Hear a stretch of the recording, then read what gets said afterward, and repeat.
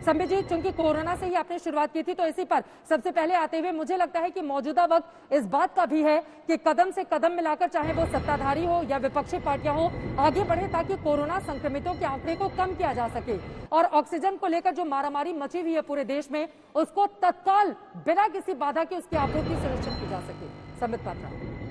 नहीं चित्रा जी, आप बिल्कुल ठीक कह रही हैं और आपने जो अभी आंकड़े भी दिखाए और श्वेता जी ने भी कहा कि इन आंकड़ों में कहीं ना कहीं एक डिप आया है, एक कमी आई है, ये अपने आप में बहुत कुछ कहता है और मुझे लगता है कि एक अच्छी खबर भी है।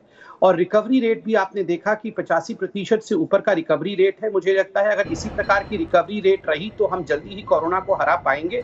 और आप बिल्कुल सही कह रहे हैं, राज्य हो या केंद्र सरकार हो, कहीं भी मनभेद ना हो, कहीं भी मतभेद ना हो, सब मिलके कंधे से कंधे मिलाकर आगे बढ़ें और एक अच्छे प्रशासन के साथ, अच्छे शासन के साथ लोगों को किस प्रकार वो स्वस्थ रहें उसकी चिंता करें। देखिए, जहां तक चुनावी नतीजों का सवाल है, मैंने राज्य को लेकर तो कहा बंगाल में किस प्रकार की स्थिति है, मगर एक बात जो आज मैं कहना चाहूंगा, राष्ट्र की परिस्थिति को देखते हुए 5 राज्यों में जो नतीजे आ रहे हैं, तीनों किसान बिल को लेकर काफी लंबे समय तक राजनीति हुई। अभी भी कुछ किसान बंधु जो है वो बॉर्डर्स पे बैठे हुए हैं, बॉर्डर्स अभी भी जाम हैं, वो हट भी नहीं रहे हैं, कोरोना परिस्थिति के बावजूद भी नहीं हट रहे हैं। मैं कहूंगा ये किसान बिल के लिए एंडोर्समेंट है।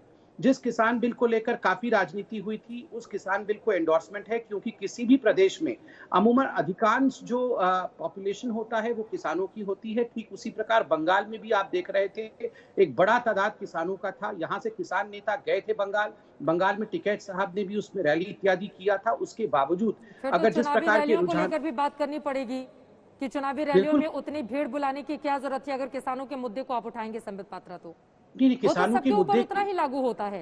कोरोना को बढ़ाने का काम तो ऐसा लग रहा है सभी ने किया। मैं रैली का विषय उठा नहीं रहा हूं, मैं कोरोना के मुद्दे से नहीं जोड़ा है आपने उसे। आपने ये कहा है कि बंगाल के जो किसान हैं उनके भी मैंडेट को हमें देखना होगा, बिल्कुल आप इस हिसाब से कह रहे हैं। पर संबित ये समझाइए कि फिर हमें तमिलनाडु के किसानों के हित की बात क्यों नहीं समझनी होगी? हो सकता है उन्होंने इसी के खिलाफ वोट दे दिया हो वहां पे।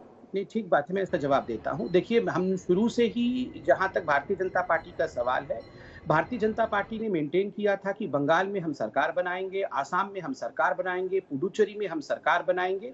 जहां तक केरल और तमिलनाडु का सवाल है, वहां हम अपने वोट प्रतिशत को बढ़ाने के लिए निरंतर प्रयास करेंगे, क्योंकि आपने शुरू से ही इन दोनों राज्यों की राजनीति को देखा है। वहां की राजनीतिक विचारधारा जो है वो कुछ अलग प्रकार की विचारधारा है और हम जिसको अंग्रेजी में कहते हैं, we are still searching for the right ground there. वहां हम अपनी ग्राउंड तैयार कर रहे हैं, जो आज से 4-5 वर्ष पहले बंगाल में कर रहे थे। बंगाल में हमारी उपस्थिति नगण्य थी, हमने वहां मेहनत किया और आज 2016 के बाद आज हम बंगाल में प्रवेश कर पाए हैं, सरकार बनाने की ओर बढ़ रहे हैं। ठीक उसी प्रकार केरल और तमिलनाडु में प्रवेश हुआ है। अगली बार जब वहां विधानसभा के चुनाव होंगे तो वहां आप देखिएगा भारतीय जनता पार्टी अपने मेहनत के बल पर वहां पर भी करिश्मा करके दिखाएगी। मगर ये किसानों के आप इस विश्लेषण से सहमत हैं या आपको ये कन्वीनियंस लग रहा है? संबित जी एक बहुत ही मजे हुए और मेरे पसंदीदा प्रवक्ता है भारतीय जनता पार्टी के, और शब्दों से वो खेलना जानते हैं, बहुत बढ़िया तरीके से विश्लेषण करते हैं। तो वो अपनी पार्टी का रुख रख रहे हैं, लेकिन ये किसानों पर रेफरेंडम बंगाल में हो रहा है ये मैं नहीं मानता। बंगाल की लड़ाई एक अलग तरीके से लड़ी जा रही थी और बंगाल की लड़ाई ये 6 साल से लड़ रहे हैं, जब ये किसानों का मुद्दा नहीं था तब से। तो ये एक अलग बात है। इनका जो दूसरा पक्ष है, जो दूसरा इनका भाग था, वो इन्होंने बहुत सही तरीके से बोला कि अभी हमारे राडार पे असम और बंगाल था जिसमें वो लड़ रहे हैं। बिल्कुल ठीक बात है। लेकिन मैं 2 बातें कहना चाहूंगा श्वेता, मैं इतनी देर से बहस सुन रहा हूँ। पहली बात यह कि यदि नंदीग्राम से ममता बनर्जी पीछे चल रही है, तो मान लीजिए वो अगर नंदीग्राम पराजित हो जाती है और पूरा बंगाल जीत लेती है, तो मुझे शिवाजी की वो उक्ति याद आएगी जो तानाजी बालसुरे के लिए उन्होंने बोली थी, गढ़ आला पर सिंगेला। तो जो एक प्रतीकात्मक लड़ाई थी वो हार जाएगी यदि ऐसा होता है। मैं ये नहीं कह रहा ऐसा हो नहीं रहा है, यदि ऐसा होता है। दूसरी बात, बंगाल एक बहुत स्पष्ट संदेश दे रहा है। उसके संदेश 2 हैं। एक, वामपंथ और कांग्रेस को अब राष्ट्रीय स्तर पर समझना और संभलना होगा।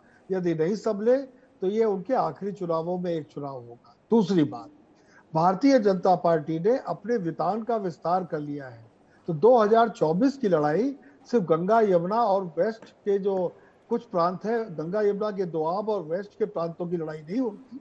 ये लड़ाई अब एक राष्ट्रीय लड़ाई बीजेपी लड़ने जा रही है।